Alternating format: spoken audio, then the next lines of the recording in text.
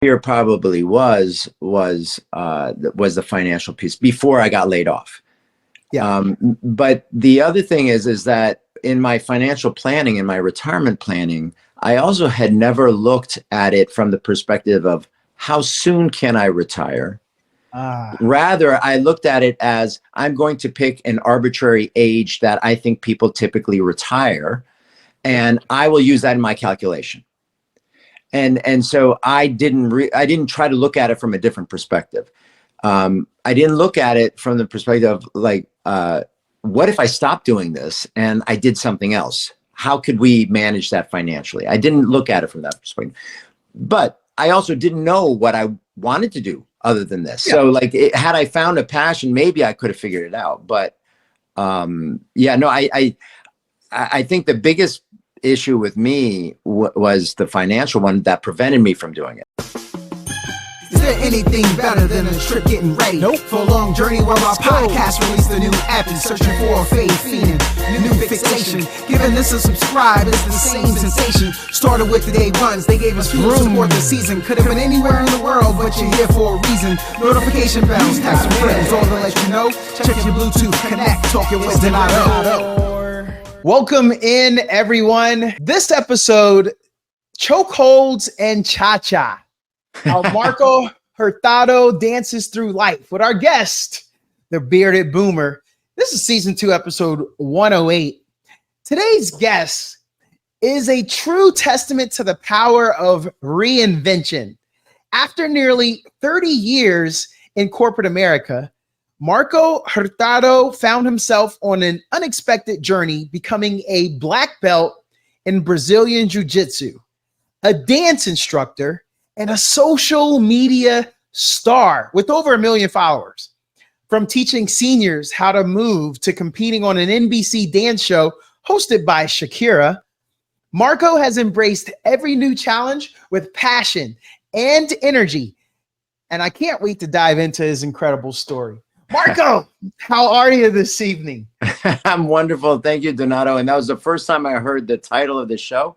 And it cracked me up. Chokeholds and Cha-Cha. I love it. I love it. It was awesome. I'm gonna use it if you don't mind. I'm gonna use it. No problem. No problem. I love puns and I try. Sure. That was good. Marco, I want to jump right in because this story is incredible and this hour is gonna go quick. So I gotta go. After nearly 30 years in corporate America, what was the biggest mindset shift you had to make when transitioning into this new career path? Well, so it wasn't a direct transition to the career path. After 30 years in corporate America and 23 years with Pfizer directly, I got laid off through a corporate reorganization. It wasn't related to COVID, but it was during COVID. Obviously, Pfizer wasn't impacted negatively from COVID, so it wasn't that. They just do a lot of reorganizations. They're always doing it. I was the odd man out this time. And so at a certain point, I was trying to determine if I was going to re-enter the corporate workforce or something else. And that something else kind of played out in the sense that I realized that I could retire. I'd saved enough and lived frugally enough over the years that I was able to retire. Changing my lifestyle a little bit, but at the same time, still being able to do what I wanted to do. Thing was, I didn't know what I wanted to do yet. So it was kind of like a discovery of what interests me. And then that kind of led from one thing to another. And I started going through this era of yes, where I was going to say yes to every opportunity that kind of came my way, and just things that were out of my comfort zone, I was going to say yes to. And that helped open up some things. So eventually it turned into teaching jiu-jitsu, and which is a passion of mine. Then it turned into teaching dance, which is also teaching in general, or sharing, my passions with other people. Was something that I kind of stumbled on. And so it wasn't planned, but I'm very fortunate to be in the situation I am now. Well, looking back, is there a moment when you realize leaving the corporate world, maybe that truly was a blessing in disguise? Because you sound really happy. Yeah. And it really is. I tell this to everyone, including my family. I said it's the best thing that ever happened to me in my life. Okay. And I tell that to my wife, and I tell that to my kids, so that I just had, it is the truth though. Because what happened was that it opened a door that I never knew was closed. Yeah. I had been unhappy for all those years that so the backing up, I was in college trying to come up with a major because I realized that pre-med wasn't for me. I hated chemistry. Chemistry hated me even worse. So I You was guys had looking no for chemistry. something. Yeah. So I was looking for something else. I stumbled on accounting. I understood it well. I decided, okay, I'll just do this. There was nothing behind it other than I needed something at the time. I needed a major. And then I just ended up in a career of accounting, auditing, compliance, very unfulfilling from a personal perspective, but it was rewarding from, kind of a lifestyle perspective, financially secure, traveling the world for the company and so forth. But I really was unfulfilled personally. It wasn't a passion, and I ended up becoming what there's a book called Station 11. They made a movie about it as well. And there's a weird kind of retrospective in that book where they talk about this person who is extremely unhappy at work, and that he essentially, they called him a high functioning sleepwalker, where he just goes, every day he's just, slogs into work and then is hoping for the 15 minutes of like cooler talk where someone might make a joke and it might make him laugh, or then he's waiting for the weekend to come by just so he could kind of like spend some time doing something that he likes, waiting for those 2 to 5 weeks, whatever number of weeks you have a vacation a year, just kind of like waiting, right? And you're a high function, you're just going through the day, you're going through the week, you're going through the year, really not living, and you're sleeping. And so this is what I was. And so when I got laid off, it hurt because and any time you get laid off, it hurts because you feel like, why me? There's something wrong about me. Why don't they like me? Once I got over that, I realized how incredibly unhappy I had been in my corporate career. And it allowed me then to see the world differently. It opened up the yes era. It just allowed me to figure out what I loved, and then try to figure out, how to make that into a second career, how to make that into something, that I can continue doing for a while. Yeah. Marco, many people struggle with reinventing themselves later in life. What advice would you give someone who feels stuck in a career that no longer fulfills them?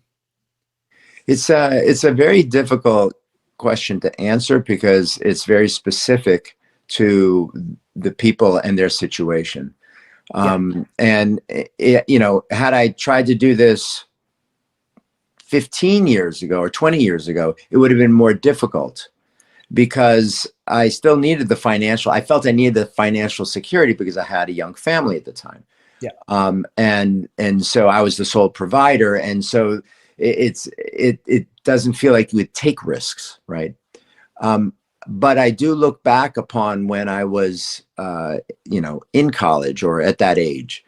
And and what I tell my kids is really try to find something that you're passionate about, that you love to do, and then figure out a way to make money, enough money to live the lifestyle you want to live. Meaning, hey, if one of my daughters, she really wants, because I was telling her, you could do this and this, and you could have like an equivalent type lifestyle like we do. And she's like, no, I need more than that. And I was like, okay, hey, look, to each their own. But she knows that this is what's going to make her like happy in terms of that lifestyle. then you have to plan accordingly to have a career that's going to provide enough for that, right? Yeah. So had I taken risks earlier in life, it would have been a lot easier. Later in life, until you get like to a point where, hey, I can retire, in between, it's difficult to take those risks if you have like a family, and so that's why I kind of like that period of time, I didn't feel like I could do anything, but I wouldn't have tried anything either had I not been pushed out the door. I feel like you answered it, but I still want to kind of drill down. What was the biggest fear or hesitation that you had when stepping away from corporate life, and how'd you overcome it? I thought maybe it was that financial piece you mentioned, but I'm just kind of curious. Your biggest fear or hesitation? So in my case, what the biggest fear probably was the financial piece before I got laid off. Yeah. But the other thing is that in my financial planning, in my retirement planning, I also had never looked at it from the perspective of how soon can I retire? Rather, I looked at it as I'm going to pick an arbitrary age that I think people typically retire, and I will use that in my calculation.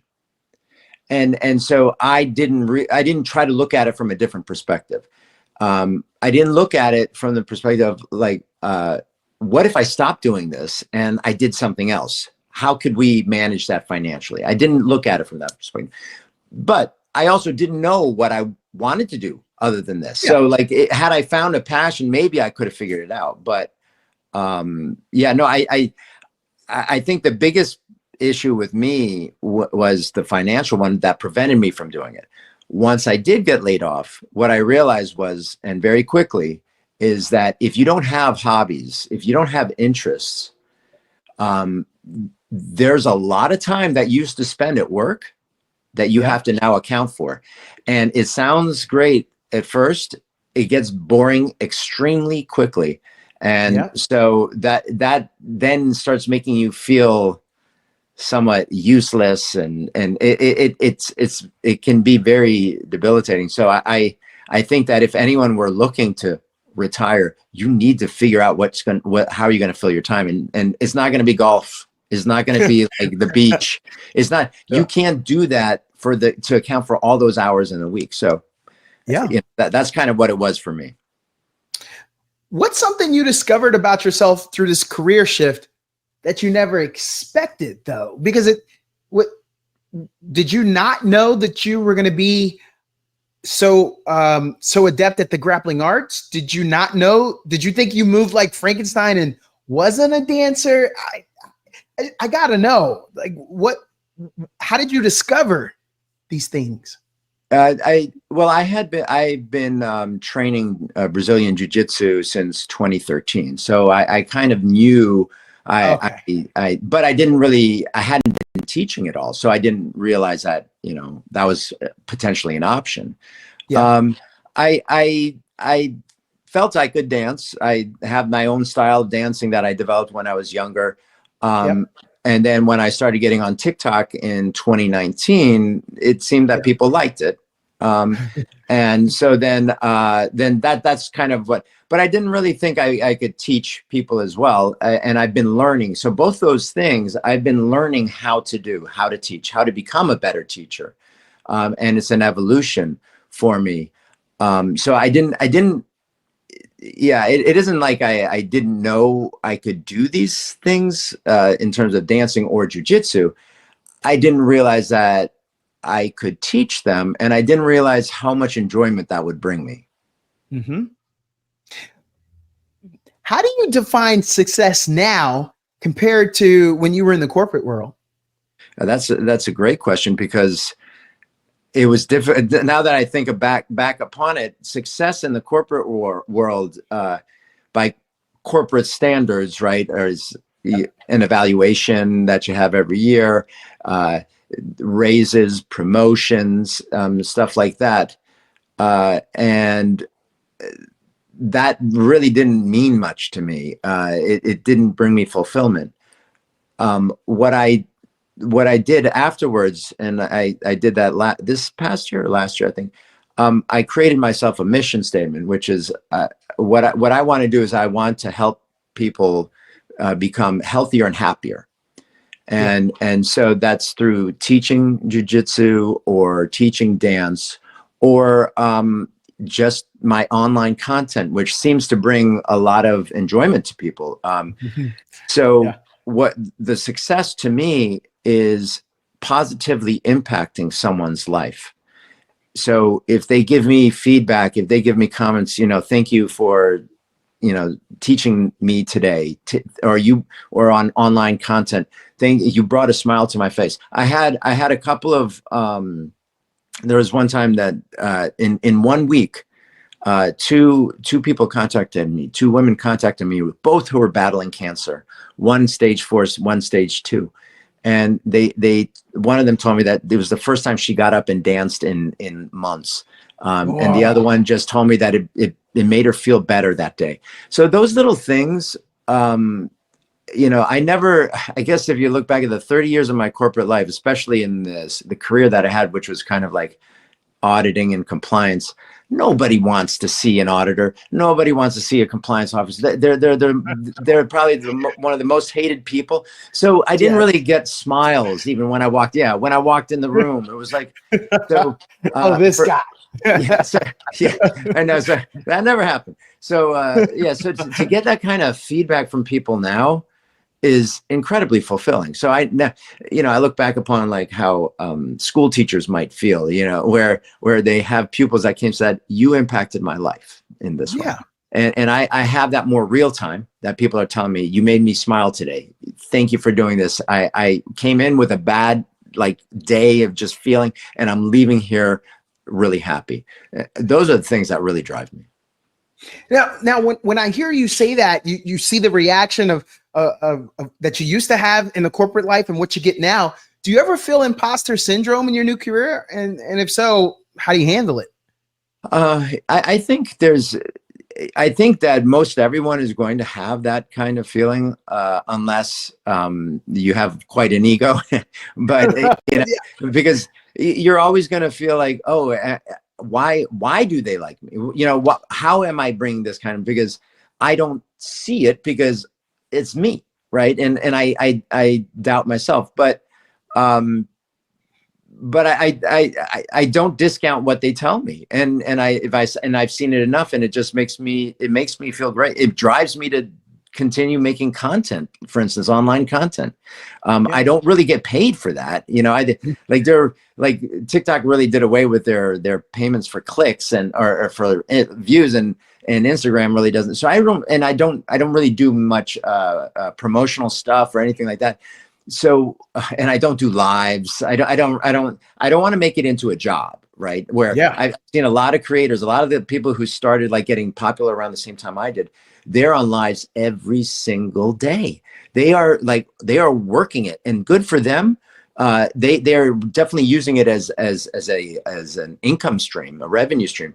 And I'm not doing it as such, because I know that if I started doing that, I would see it as an obligation, as a job, and it would take any enjoyment out of it. I wouldn't be looking at it from the perspective that I look at it now, which is what I'm getting in return is feedback and happiness of people, whereas I would be looking at it from the perspective of dollar signs and views and stuff like that. Right. What habits or routines have helped you stay motivated and continue evolving? Well, I guess in routines or habits, one thing that I recommend to people in general is, from a dancing perspective, and this is what I didn't used to do before probably a few years ago, was playing music in the rooms that you are most often, right? And I don't know why I stopped doing that. And especially, you know what? I'm so old school. It's probably because I didn't have my records and my CDs there. So it probably took me a while to get used to the streaming. But So now, like, I'm always playing music, like in the kitchen, because that's where I spend most of the time, in the kitchen. And so I'm always playing music. And I use this app. It's called Mixcloud, and it has some of the most amazing mixes. And I just love going down rabbit holes looking for, and I have all these playlists on there. And so I get enjoyment from that. But what it helps is it kind of gets my creative juices flowing. So it's a habit that has helped me kind of just keep just dancing in my head, like constantly. And so that has helped a lot. That's one, I guess, habit that has helped. Your Brazilian Jiu-Jitsu journey. So you started training BJJ at 44. Yes.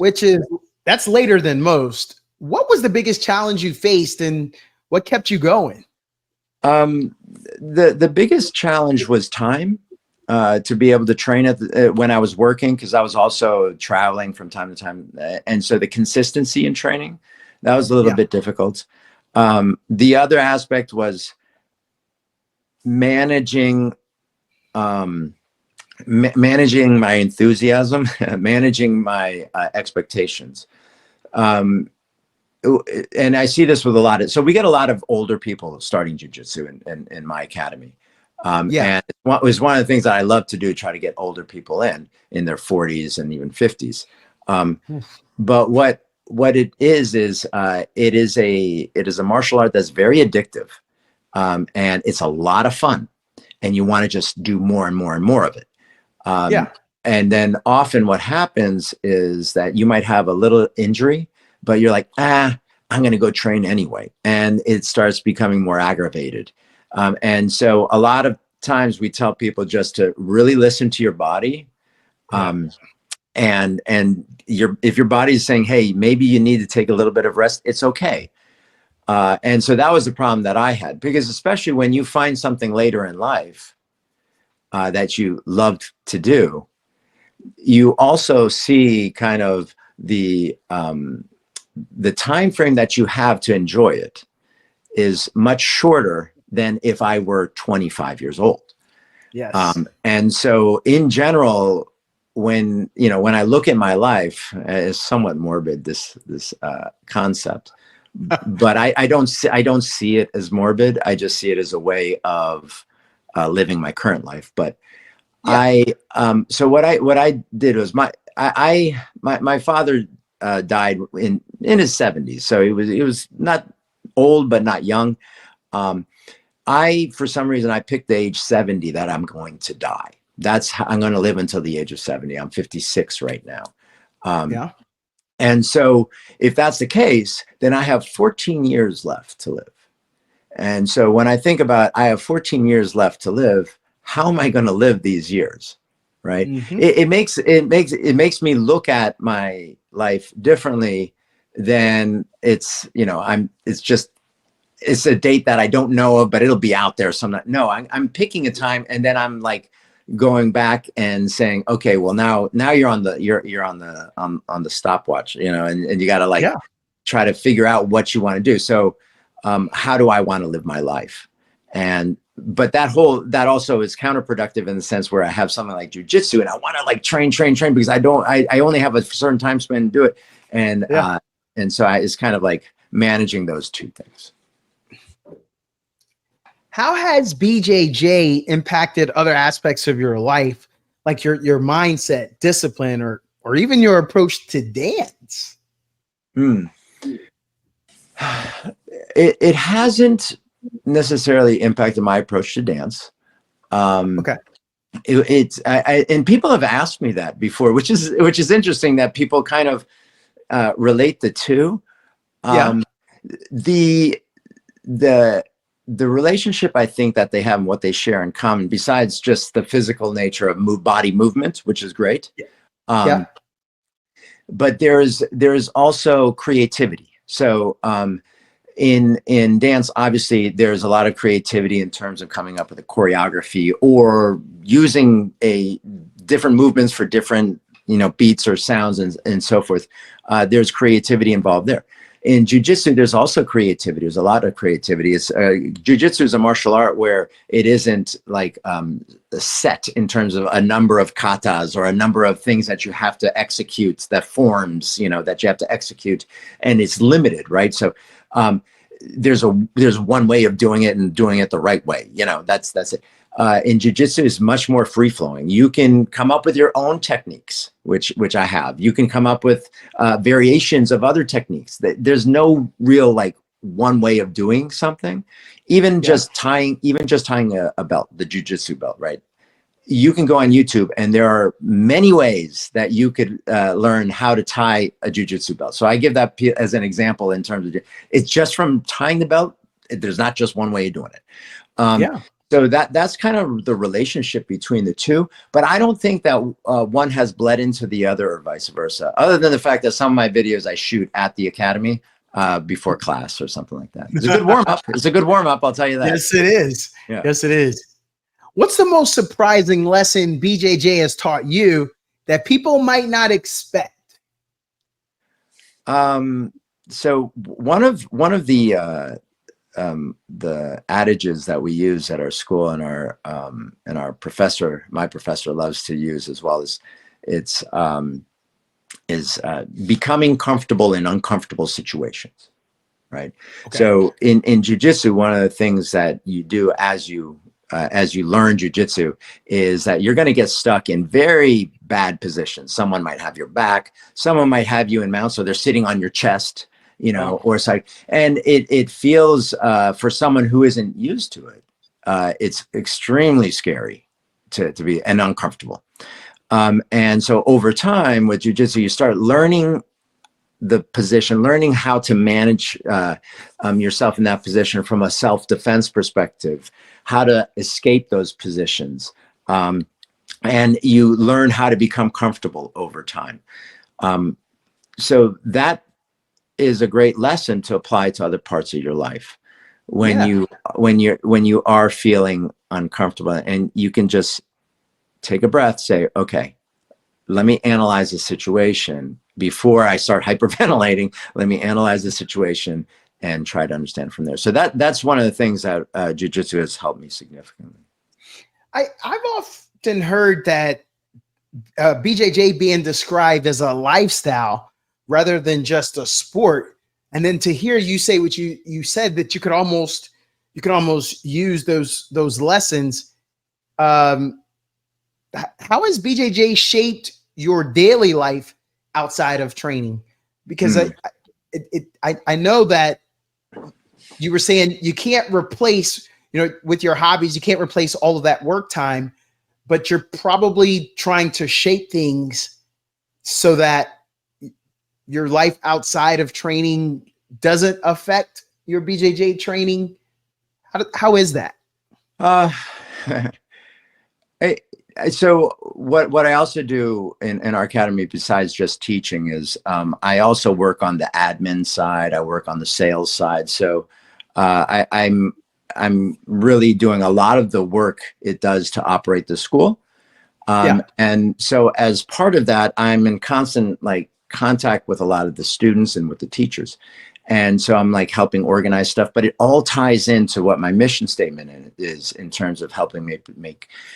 Then the other factor that we see with jiu-jitsu especially is the mental health aspect that people get from this. It's something like you remember in the movie Fight Club, you know, the physical kind of aspect and confrontation that you have with others is very bonding, and it's releasing, you know, and so I've heard it so many times. People have had an awful day at work and they weren't sure they were going to make it to class. They come into class and they feel so good about it because it's the 1 hour of the day that they aren't thinking about the stresses of work because they're more worried about someone choking them out, right? So you know, it's one of those things. It's very basic, but just all of that, and then the supportive environment that we have there, it's really, you know, it ties in with what I'm doing. Now that being said, many people see jiu-jitsu, Brazilian jiu-jitsu, as a cult, and I completely get why. I mean, there are definitely schools out there where the instructor, the head professor of the school, is like a cult type figure. And so I have seen that, but that applies to most, like yoga. You've seen a lot of that with yoga, and most of these kind of activities, physical activities, that result in that. However, yeah, and so I think my day revolves a lot around the teaching and administration of the school. What have I changed otherwise in my life around it? Well, I bought an e-bike. I know it sounds kind of stupid, but we have 2 cars, and we have 4 drivers in total.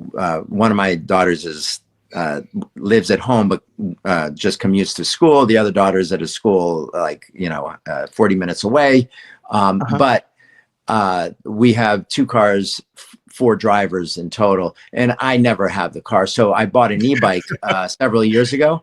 And so that, I'm just using that all the time. It's a little bit healthier. I'm always pedaling because it has the pedaling as well. So I'm always pedaling with it. But, that allows me just to get back and forth. My life has really shrunk in terms of the footprint that I had.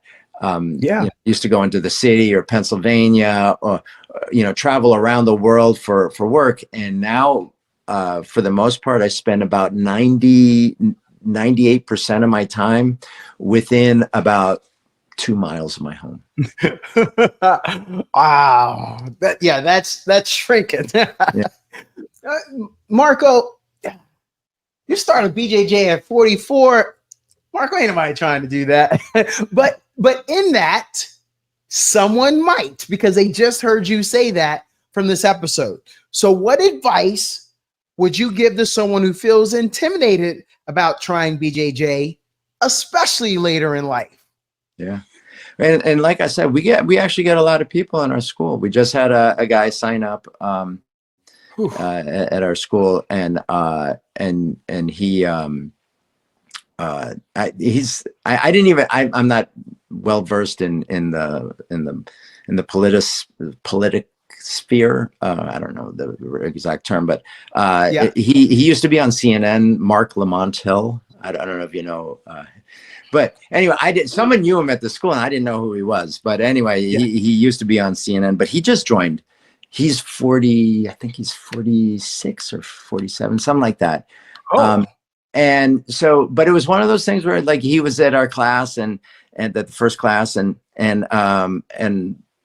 so I asked the class, because it's my noon class and the people there are a little bit older, and I asked them, I asked the class, how many of you started BJJ in your 40s? Like probably 6 or 7 guys raised their hands. Whoa, that's a lot. There's a lot of people. And so, it is not, you just have to find the right academy. Because some academies are more competition focused and they're very much on the younger side. That's probably not the academy for an older person. There's some academies that are more hobbyist type schools, and that's like the one that we are. We do have a lot of people that compete, but for the most part, we have a lot of like moms and dads, middle-aged moms and dads who want to try something different to stay in shape. And so when I say moms and dads, we've been increasing the number of women in our program. That was one of my objectives this past year. And so we have, like, from that, we have several moms that join, and they're badasses. And I love it. So, I definitely encourage people, if they have an interest, most academies around their area, Brazilian Jiu-Jitsu academies, will offer free trial classes. Check them out. Make sure that the school has like older people as well. Make sure that they have women, because women help balance the meatheadedness of guys in schools. So they are very good to have a presence there as well. So all those things are factors that they can look at, or aspects of the school that they should look at. But I highly recommend it for people of all ages. Okay. So you mentioned the cults, you mentioned the meatheadness, all of that happens. What's the biggest misconception people have about Brazilian Jiu-Jitsu? Because those two right there seem like they could be top, but I'd like to hear your opinion. Well, I definitely think that probably I think the cult aspect is something that a lot of, Yeah, I was going to say that. and honestly, deservedly so. Deservedly so. I mean, you know, it's but so it's just like veganism or something that someone might be very passionate about that kind of dominates their life. And you know, how do you know if someone is a vegan, for instance? Don't worry, they'll tell you. Yeah. So Yeah. and I say that, you know, because it's the same with jujitsu. Yes. Don't worry. And even worse with jujitsu, because we're the guys, we're always wearing some kind of jujitsu shirt. Yes. Right? Always like, you know, some kind of grappling, like we're going to give a secret nod to someone in the party at the barbecue or something, like, oh yeah, we're looking people's ears to see if they have, like, you know, the cauliflower, you know, it's so there's a lot of that as well. It's deserved, in my opinion, the I guess the stereotype of it being cultish. No, I'm so happy that your gym is a hobbyist gym and that you could laugh. This is like, I've had world champion Bruno Bastos on, and oh, that was great, by the way. He didn't give off that vibe, but I don't go to the studio. So this is really cool that you're giving us this opportunity. You earned your black belt in 2023. What did that moment mean to you? Well, it's interesting. So with jiu-jitsu, you know, so my professor has been a black belt since 2006 or 2007. His professor, who's a few years older than me, has been a black belt since maybe 1996 or something. So, and then the black belts, they have different stripes. You know, they add stripes for the longevity that they've been a black belt, and then it turns into like a coral belt eventually, right, in a red belt. And but the thing is that as once you start training jiu-jitsu, and as I started getting closer to the black belt, it was a peak that was, you know, an objective of mine to get to. As I approached that peak and I started getting closer to the peak, I started realizing all these other mountains in the back that were much higher than it, right? And so you just really realize that it's just part of the journey, right? Because you're always going to keep learning. And that's one of the great things about jiu-jitsu. You never completely master it. It's an ever evolving puzzle. And so that's what makes it exciting. That's what's so addictive as well. So I think one of the realizations I came to was that, you know, this is just one more step in my journey. And that journey is not going to have an end until I ultimately stop training or I die. So one way or the other. But yeah, there's almost always someone in the world better than you, that's been training longer than you. So and there's more to learn. Yeah. Have you had any memorable student success stories that really stuck with you?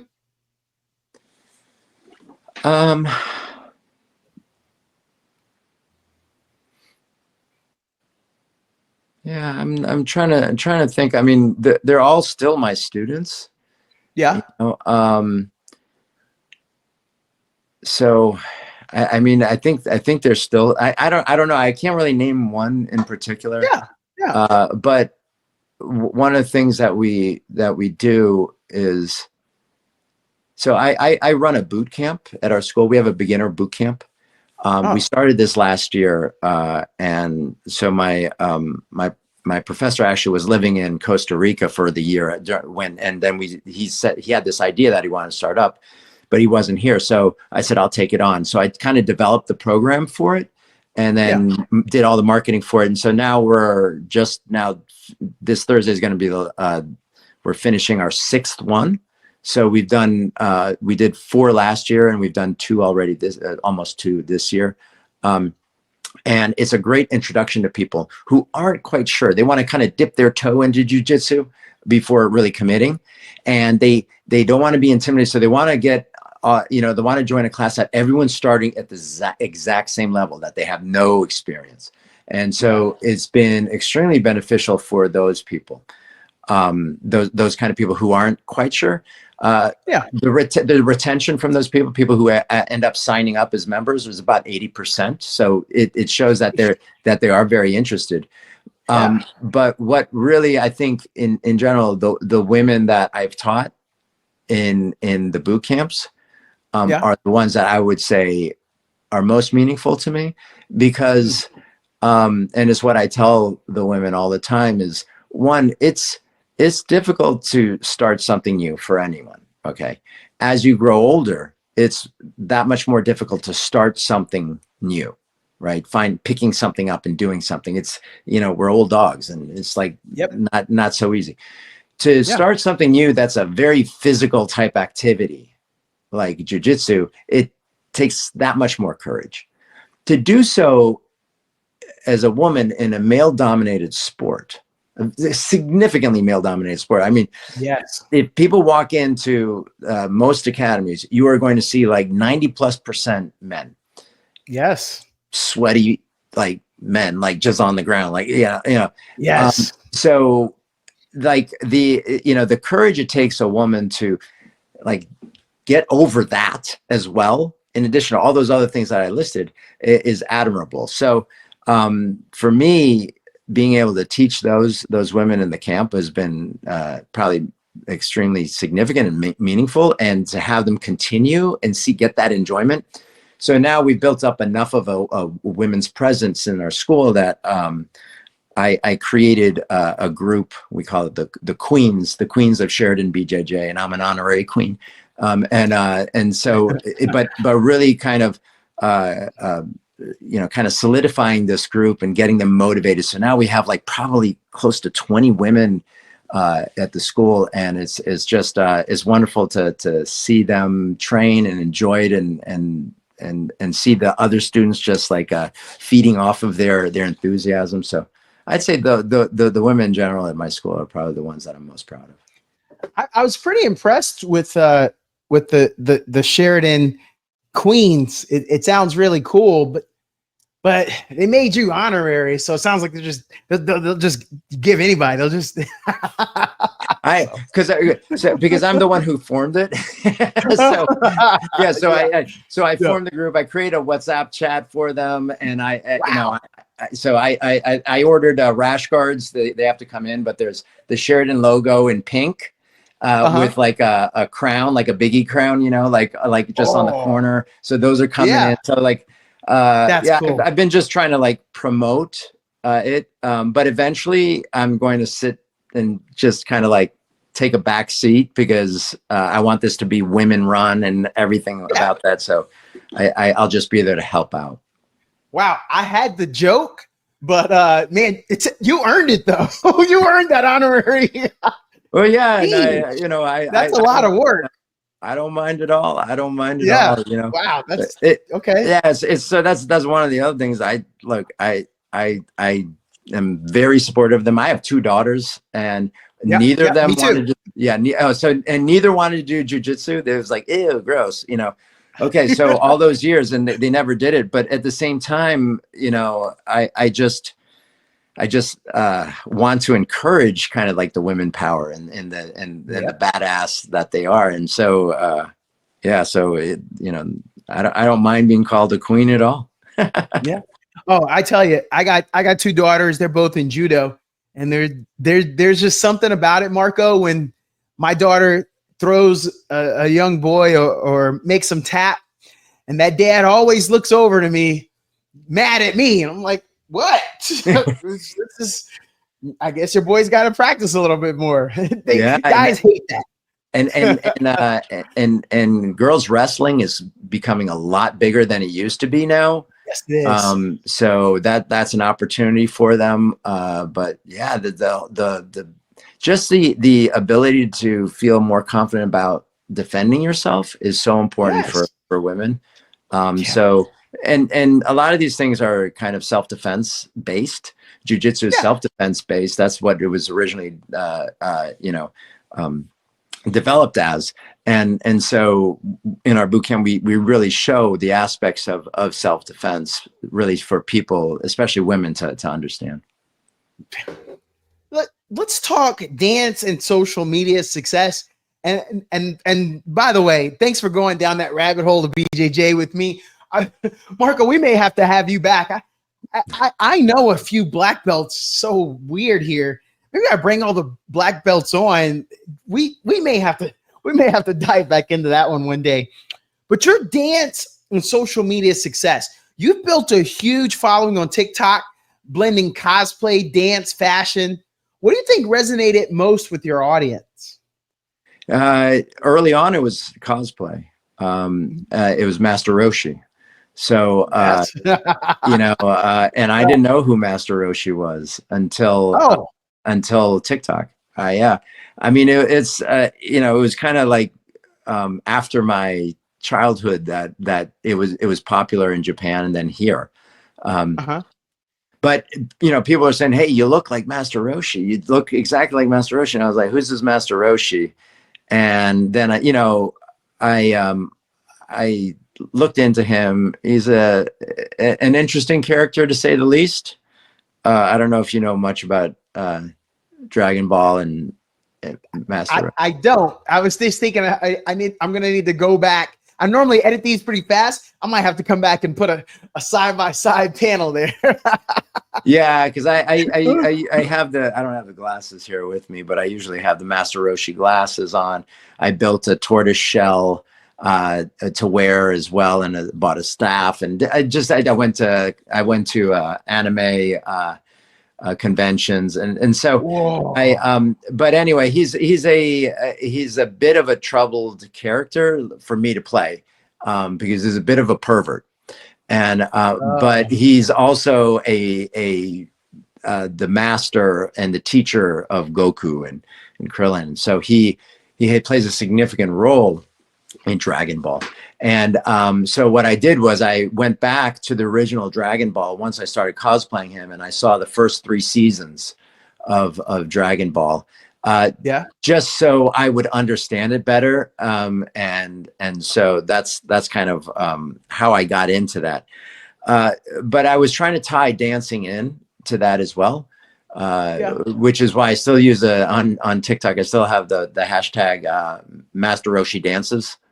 I think I'm the only one who has that hashtag, but so I would use that a lot, just to kind of tie in the dancing. But then eventually I think people appreciated the dancing probably even more than cosplay. So I also wanted to switch away from the cosplay and focus more on the dancing. So I started moving more towards the dancing. I think one of the aspects about this that probably is one of the reasons that people seem to appreciate is they also see me as older than I actually am, for a couple of reasons. One is because I look older than I actually am. 2, because my account name is Bearded Boomer, and I'm not technically a boomer. I'm shy of being a boomer by 3 years, actually, but because I think it stopped in 1966. Was it the last year, or 1965? One of the two. So 3 or 4 years. But the reason that I took that name on was because all the kids on TikTok kept calling me Boomer. So this was back at the days of like 2020, 2021 or something like that. And it was okay Boomer. Like anyone over the age of like 35 was a Boomer to them. And so I was like, I had a lot of interaction with people back then. Now I don't really interact as much, but I was just trying to correct people, the kids, and say, I'm not actually a boomer. I'm Gen X. I was, oh, okay, boomer. They didn't care. They just didn't care. So then I was getting kind of frustrated. So then I just adopted the name Bearded Boomer, because I was like, okay, fine. And I'll take ownership of it. There's nothing wrong with being a boomer. I don't care. just like Queen. I don't care. You know, whatever it is what it is. So it's just a name. And so and a title, and plus I like alliteration, so that's important. So Bearded Boomer it was, and they stopped. Well, now if they call me Boomer, it's just like for my name. But going back to why I think my dancing kind of took off was because they probably saw me as older than I actually was, and dancing the way that I was. Yeah. What was it like being invited to audition for Dancing with Myself? Can you take us behind the scenes of that experience? Sure. Yeah. They contacted me through, I think it was Instagram. Yeah. Through Instagram. Okay. Or it might have been TikTok. I don't remember, but one of the talent agents, they contacted me and they wanted me to submit an audition tape. And so I did, and I went through a series of interviews for auditions, and I have never done this before. Right. So this is completely, but this is like my era of yes. So I'm going through, I'm just, okay, let's do this. And they said, okay, you're in. That's awesome. So I flew down to Atlanta to shoot the episode down there, and I had to go down twice because they had some stage problems, so they couldn't film anyone, and so we had to go back. My episode had to go back home, and then they called us in later again, and we went back down. So we were outside of Atlanta, Georgia, at a place called Conyers. It's the middle of nowhere. Oh, you know where it is? So yeah, and it's like there's not much out there, but in Georgia in general, what they've been trying to do, attract a lot of studios and to do because it's a lot cheaper. Somehow it was cheaper to shoot it there and fly all the directors, even the makeup artists, everyone, fly them in from California to Atlanta and fly everyone else in Atlanta or there. Then it was cheaper to do that than to film it out in LA or in California. So, but anyway, so I went through that. Great experience, met wonderful people. It was supposed to be all amateurs, but it turns out a lot of the people had significant dance backgrounds or were like professional dancers. So it was a little bit intimidating. I was the oldest person in my episode by far. But it was fun. I had a wonderful time. We only got to meet, Shakira and Nick Jonas at the very end. That was it. Yeah. And you teach dance to seniors. Mm-hmm. What's the most rewarding part of that? Any particularly memorable moments with your students? Well, they tell me, and frequently, and I love this, but that one is that is to some of them is the highlight of their week, they say. Okay. But the other thing that they often tell me is how good it is, not just to get the exercise, but to learn the choreography. So in my choreographies, we do it within an hour. I teach it, they learn it, and we execute it like a few times, all within an hour. So they're about maybe sometimes 10 to 14 steps in total, depending on, and so they have to learn the steps, and then they have to remember and follow along. So both mentally and physically, they're getting the workout that they need. And they tell me that's so important for them because it's stimulating both ways. And so they've also helped me learn how to adjust my choreographies so that, for instance, I used to just do 1/8 count of a step, then move to another step, then move to another step, all 1/8 counts, or even shorter. It's difficult for them to follow and catch up. So sometimes we'll just do one step for 2/8 counts, and that allows them to catch up. So even things like that, or certain movements, might be a little bit more difficult so I've been learning, they've been helping me learn through the process as well. But just to know that they are happy at the end of the class and it's a highlight of their week is meaningful to me. Yeah, I can see that. So you've been able to blend your passion and business, and you've turned your passion into multiple income streams, teaching social media and your Podia channel. What have been the biggest lessons in building a business around what you love? Well, luckily, I'm not dependent on my revenue streams because they don't generate enough money that I could, live the lifestyle that I'm living now. So luckily, I'm not dependent on it. Yeah. But if I wanted to become more dependent, if I want to increase those revenue streams, you really have to market yourself. And I don't do that. I don't really want to do that too much because that's when it feels more like a job. But that's what the creators are doing. If you look online, they are doing lives. They are creating their fan base that gets much more. They become more loyal to them because of the interaction that they have. You have a friend that comes on every night and is going to dance with you, is going to talk to you, is going to do a combination of dance and talk. They are actively responding to comments, and it takes a lot of time to do all of that work. So if you really want to be someone who is generating a decent revenue stream online, you have to market yourself. And so I haven't done that. And I don't think I will be doing that, but it is something that if there is always that option, if I could kind of flip that switch and do that, but I don't feel comfortable doing that. For someone trying to monetize their creative skills, what's one thing you wish you would have known earlier though? Oh, well, so, the thing is that when I went to school, when I went to college back then, there really wasn't the internet. There wasn't, it wasn't easy to understand what career options there were. It also was more difficult to understand how, because we didn't know it at the time, but how the internet would expand those career options and change the existing career options that you had. So in my mind, I kind of felt like, especially from my parents' influence, I could be a doctor, a lawyer, or an accountant. So I ended up becoming an accountant, I guess. But I didn't realize, and I didn't think that maybe you could do other things. So, for example, if I was passionate about dancing back then. I wasn't ever trained, but I just loved dancing. Yeah. Never, ever occurred to me that maybe that could be a career path. Okay. Yeah. Jiu-Jitsu, for instance, a martial art like this.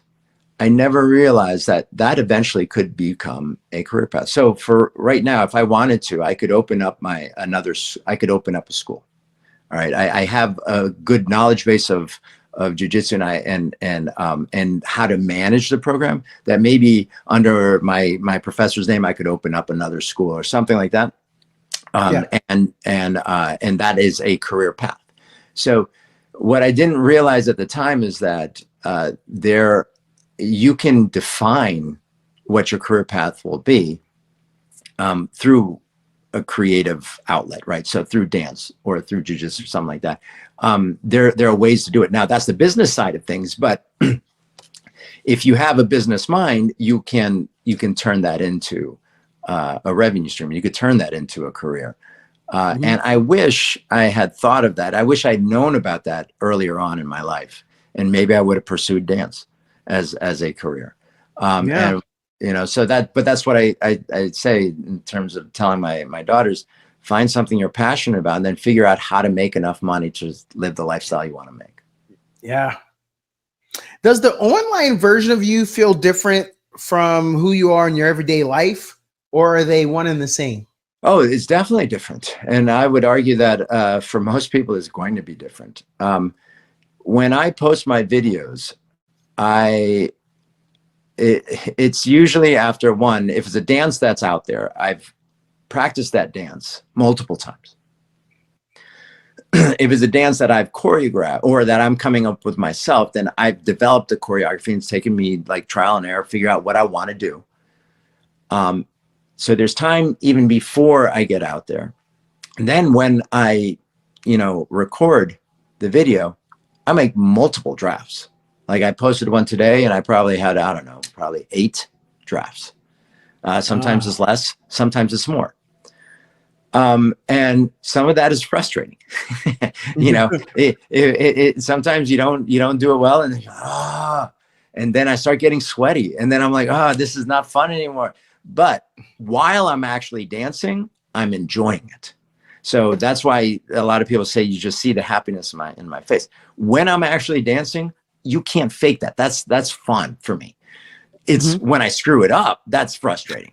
Or when but the dancing itself is just, I'm very happy in that moment. What you see online is that one moment of happiness in that 30-second to 1 minute. You don't see the frustration. You don't see all the work that went into it. So yeah, I mean, ultimately, yeah, I'm happy, but am I happy the entire process? No. Nobody can be. So the reality is that you're seeing me as a just constantly happy person because that's what you see online. But I'm just like everybody else. I have frustrations. I have, unhappiness, and I have happiness. I just have a couple more, Marco. Sure. This has been great. Looking ahead, what's next for you? Any new projects or goals you're excited about? No, not necessarily. I'm not planning things out like that. If something comes my way, I might do something, but I'm just very happy where I am right now, okay.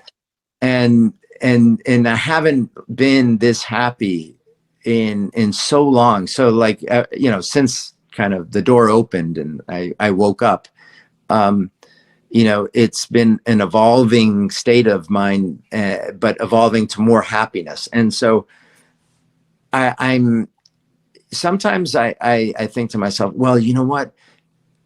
These people that I used to be friends with in the corporate world, now they're like executive vice presidents and this and that. And I'm like, comparison is, what is the term? What is it? I forgot what the, Roosevelt came up with it. Comparison is the evil of, or something like that. I forgot. Something about how comparison is evil. I forgot the exact quote. But it just makes me, when I start doing that, it makes me feel like, okay, I don't want to go back to corporate. I would never do that. Or if I see another creator like just killing it out there, like, and they're, I can see, they're just, I don't want to feel like I need to do what other people are doing because I'm happy in what I'm doing. So I don't necessarily have objectives or goals. I want to just see I want to encourage my kids to do that and have their careers and whatever they want to do. I love seeing that. I love teaching. So right now I'm just sticking with what I'm doing, and I'm really enjoying it. Comparison is the thief of joy. Yes. Thank you. Yeah, no, I wanted to say it because that's great. I mean, Teddy was amazing, but I don't think I've ever heard that, and I like it. So thank you for sharing that with us. I just that's couldn't awesome. think of it, but thank you for saying. No, I'm going to use that. Yeah. That's awesome. All right, last question here. If you could leave behind one lesson for people watching your journey, what would it be? Well, and what I kind of wish I had done in the past was more risk taking, right? Okay.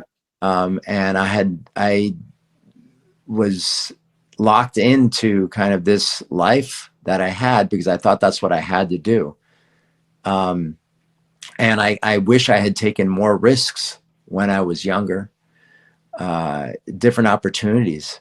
And I look back upon my life and I was probably risk averse in general. And, and I regret that because I think that had I taken more risks, there would have been more of an upside on happiness at the time, but there's a risk related to it. So financially, maybe it wouldn't have been as good. But I never found out because I never tried. So I think, taking more calculated risks is something that I wish I probably could have done in the past. Hey, Marco, anything you want to leave everybody with? Maybe there were a couple things you knew you want to talk about. Maybe I didn't get to them before we call it quits. Yeah, no, I don't think so. I mean, I'm not used to like talking about all of this, and I've been on a couple of podcasts before, but I appreciate it. And then if this resonates with people, I very much am happy that it made them think a little bit. You did. And then if it motivates someone to try jujitsu, or honestly put music on that they like in the kitchen or wherever they are and dance alone, they just dance. You don't have to worry about being seen. You don't have to worry about anything else. Just do it. The movement alone is going to make you happier. So if those two things, if I could have influenced someone with those two things, I would be very happy with this. Marco Hurtado, everybody. You also may know him as the Bearded Boomer. Marco, thanks for talking with Donato. Thank you so much, Donato. Have a good night. You too.